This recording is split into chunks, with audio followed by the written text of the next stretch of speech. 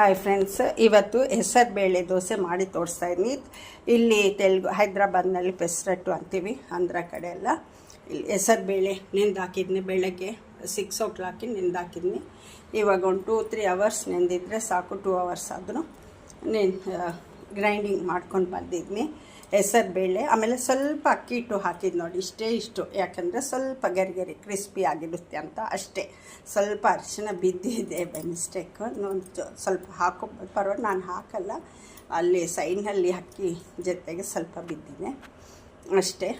ಇದಕ್ಕೆ ಹೆಸರು ಬೇಳೆ, ಆಮೇಲೆ ರುಬ್ಬುವಾಗ ಇಷ್ಟು ಗ್ಲಾಸ್ ಹೆಸರು ಬೇಳೆ ಹಾಕ್ಕೊಂಡಿದ್ನಿ, ಇದರಿಂದ ಹಾಕಿದ್ದೀನಿ ನೋಡಿ. ಅದಕ್ಕೆ ಒಂದು 5 ಮೆಣಸಿನ್ಕಾಯಿ ಹಾಕಿದ್ನಿ.